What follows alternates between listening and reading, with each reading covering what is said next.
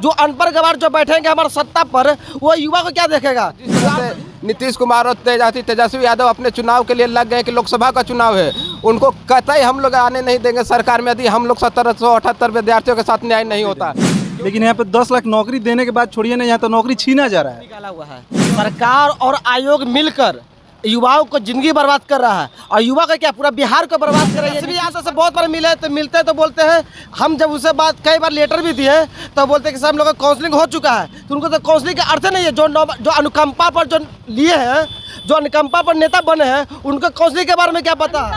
2014 में हम लोग फॉर्म भरे थे बिहार कर्मचारी चयन आयोग द्वारा, उसमें हम लोग सब कुछ पीटी मेंस टाइपिंग सब कुछ पास करने के बाद वेरिफिकेशन भी करा चुके हैं, उसके बाद भी सरकार हम लोग को नौकरी नहीं दे रहा है। ऐसा रवैया रहा तो आने वाले दिनों में 2024 में चुनाव है लोकसभा का और 2025 में विधानसभा का, हम लोग भी जहाँ जहाँ उनकी रैली होगी, या तो नीतीश की या तो तेजस्वी की, हम लोग वहाँ पर विरोध करेंगे और इनका वोट का बहिष्कार हम लोग करेंगे। नीतीश कुमार बोल रहे हैं कि हम रोजगार दे रहे हैं, और एक तेजस्वी यादव बोल रहे हैं कि हम युवाओं को, हम युवा का नेता है। युवा का नेता क्या है, हम लोग युवा को रोड पर खड़ा करते, कई बार आंदोलन 2014 का बहाली है और आंदोलन करते आ रहे, तब पर भी हम लोग के साथ अन्याय हो रहा है। ये अन्याय क्या है? इस वक्त हम गर्दनी बाग स्थल में पहुंचे और यहाँ पर बीएसएससी अभ्यर्थी जो पूरी तरीके से देखिए धरना पर बैठे हुए हैं और नीतीश सरकार हाय हाय के नारे लगा रहे।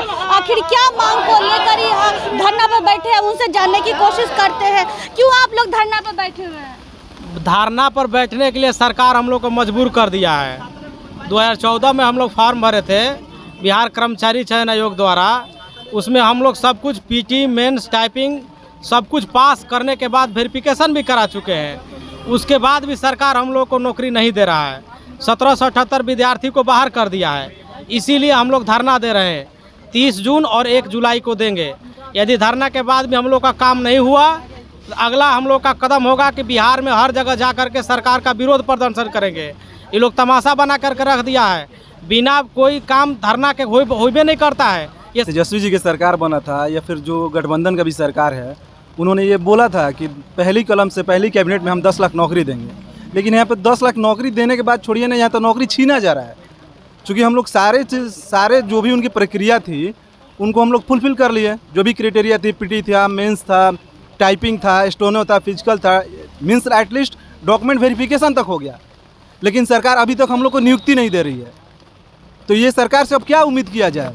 अगर ऐसा रवैया रहा तो आने वाले दिनों में 2024 में चुनाव है लोकसभा का और 2025 में विधानसभा का, हम लोग भी जहाँ जहाँ उनकी रैली होगी, या तो नीतीश की या तो तेजस्वी की, हम लोग वहाँ पर विरोध करेंगे और इनका वोट का बहिष्कार हम लोग करेंगे। 2014 की बहाली निकाला हुआ है सरकार और आयोग मिलकर युवाओं को जिंदगी बर्बाद कर रहा है, और युवा का क्या पूरा बिहार को बर्बाद कर रही है। नीतीश कुमार बोल रहे हैं कि हम रोजगार दे रहे हैं, और एक तेजस्वी यादव बोल रहे हैं कि हम युवाओं को, हम युवा का नेता है। युवा का नेता क्या है, हम लोग युवा को रोड पर खड़ा करते, कई बार आंदोलन 2014 का बहाली है और आंदोलन करते आ रहे, तब पर भी हम लोग के साथ अन्याय हो रहा है। ये अन्याय क्या है, पूरा 1778 के साथ जिंदगी बर्बाद किया है। ये 1778 नहीं है, 1778 के पीछे पूरा परिवार है। सोचिए कितना परिवार है। इस बार युवाओं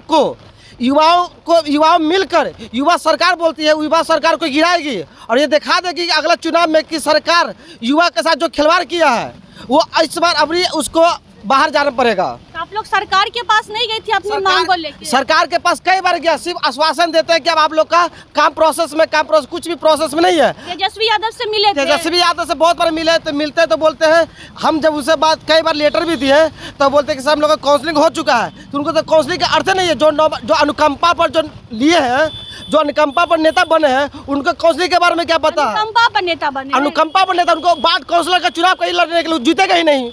उनका वार्ड काउंसिलर का चुनाव लड़ने के लिए तो जीतेगा नहीं। अनुकंपा पर नौकरी लिए हैं और उनको 8वां 9वां फेल 8वां 9वां आदमी जो है वो विद्यार्थी का दर्द क्या सुनेगा।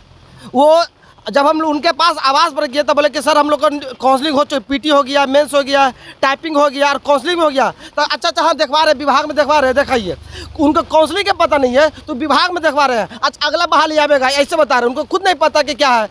युवा के साथ खिलवाड़ खेल रहा है और बोलते हैं कि हम युवा को देखते हैं। जो अनपढ़ गवार जो बैठेंगे हमारे सत्ता पर, वो युवा को क्या देखेगा। यार तो बिहार बर्बाद हो जाएगा। हम चाहते हैं कि सरकार से या आयोग की तरफ से या मीडिया की तरफ से चाह रहे हैं कि हमारे 1778 के पूरा घर परिवार को बचाए। अच्छा, अगर आपकी बात को मान लिया जाए तो फिर सरकार को आप सत्ता में लाएंगे?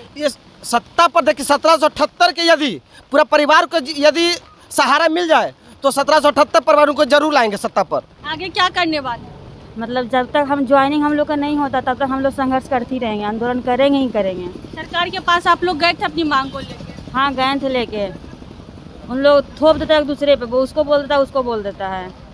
अब कोई भी सही से मतलब कोई भी निष्कर्ष नहीं निकालता है, एक दूसरे पे थोप देता है। बीएसएससी चयन प्रक्रिया के गलत रहने के कारण 1778 अभ्यर्थी को जो गलत करके बाहर कर दिए हैं, वो हम यही कहना चाहते हैं कि अभी भी वक्त है। यदि 1778 अभ्यर्थियों को ज्वाइनिंग नहीं देंगे तो उनके विरोध हमेशा हम धरना प्रदर्शन करते रहेंगे। चूँकि बीएसएससी अध्यक्ष महोदय ने अपने विज्ञापन के विरुद्ध काम किए हैं। ओबीसी अत्यंत पिछड़ा वर्ग के 2014 के जो कागज बनना चाहिए था वो 2022 में बना करके ज्वाइनिंग करवा रहे हैं। हम लोग को डॉक्यूमेंट्स वेरिफिकेशन के बाद आज तक कोई सुनने के लिए तैयार नहीं है। इसके लिए हम लोग राज्यपाल से आग्रह किए हैं, मुख्यमंत्री से आग्रह किए हैं और उप मुख्यमंत्री साहब से भी आग्रह किए हैं। उनको कुछ समझ ही में नहीं आता है कि डॉक्यूमेंट्स वेरिफिकेशन होता क्या है।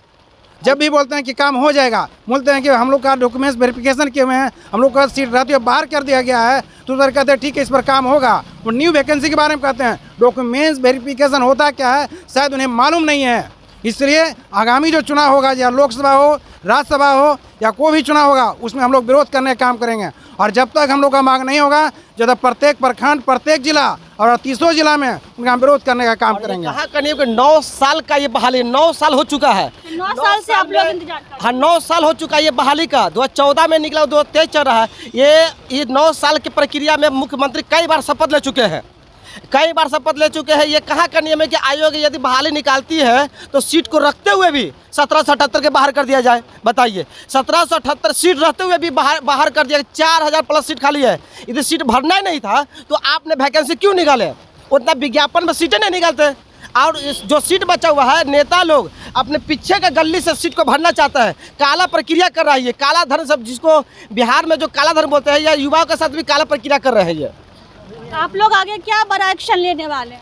आज तो हम लोग आज और कल 2 दिन के लिए हम लोग का धरना है। यदि इसके बावजूद भी सरकार हमारी बात को नहीं सुनती है तो हम लोग इससे बड़ा आंदोलन, अभी तो हम लोग सिर्फ अनशन पे बैठे हैं, आने वाले समय में हम लोग भूख हड़ताल भी करने वाले हैं। और बहुत जोरदार से, जिस तरह से नीतीश कुमार और तेजस्वी यादव अपने चुनाव के लिए लग गए कि लोकसभा का चुनाव है, उनको कतई हम लोग आने नहीं देंगे सरकार में, यदि हम लोग 1778 विद्यार्थियों के साथ न्याय नहीं होता।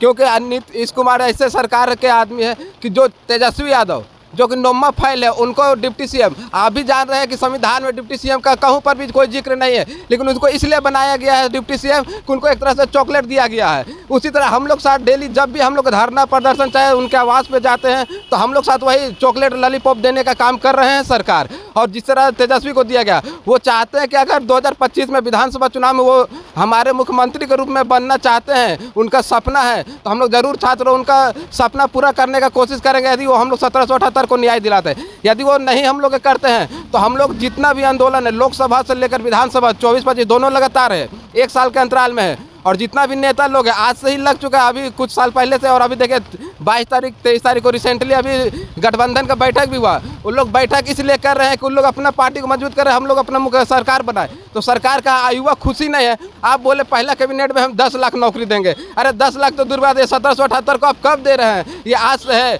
आप लोग के सपने जब 2014 में जिसमें मुख्यमंत्री बार बार चेंज हो रहे हैं, कभी उसको शपथ दिला रहे अपने ले रहे हैं बार बार, कभी जीतन मांझी को दे रहे। जीतन मांझी जो को कुछ दिन के लिए दिया गया तो हम लोग को 13,120 के लिए वैकेंसी निकाले और वो बोले कि आप लोगों के लिए बहुत बेहतर है। कुछ ही दिन बाद सरकार हटे, हम लोग को यहाँ पर अफसरशाही और जितना ज़्यादा चोरी है, पेपर लीक करवा करके हम लोग को कैंसिल करवाया गया। दोबारा एग्जाम दिए, दोबारा देने के बाद हम लोग सारा प्रोसेस पास करके हम लोग डॉक्यूमेंट वेरिफिकेशन करवा लिए। डॉक्यूमेंट वेरिफिकेशन के बाद क्या होता है, डायरेक्ट ज्वाइनिंग होता है। जो लड़का डॉक्यूमेंट में अगर फाइल होगा उसको नहीं नौकरी दिया जाएगा। जब डॉक्यूमेंट में हम लोग जब पास हो गए हैं तो हम लोग को नौकरी क्यों नहीं दे रहे, जबकि सीट खाली है। यदि सीट खाली नहीं रहता, बहुत सारा वैकेंसी है, जहाँ सीट खाली नहीं रहता वहाँ पर कोई आंदोलन करता है। सीट खाली है प्लस हम लोग डॉक्यूमेंट वेरिफिकेशन किया हुए हैं, तो हम लोग को ज्वाइनिंग क्यों नहीं दे रहे हैं? सरकार हम लोग साथ अन्याय कर रही है। देखिए तो हमारे साथ बीएसएससी अभ्यर्थी जो धरना स्थल पर बैठे और सरकार को चैलेंज दे रहे हैं कि अगर चुनाव में रहना है, अगर चुनाव जीतना है तो वो हमारे बहाली को स्वीकार करें, क्योंकि हम लोग इतने साल से इंतजार कर रहे हैं और अब तक सिर्फ सरकार 10 लाख रोजगार के वादे करती, लेकिन सत्ता के आने के बाद सारे वादे भूल गए। तेजस्वी यादव जहाँ बड़े बड़े वादे करती है, लेकिन अब वो बाहर उसके पास जब जाते हैं तो वो बस यहाँ बोलिए वहाँ जाने की बात करते हैं। अगर नहीं हमारी बात को मानेंगे, हमारी मांगों को नहीं मांगेंगे तो हम इस सत्ता में नहीं आने देंगे।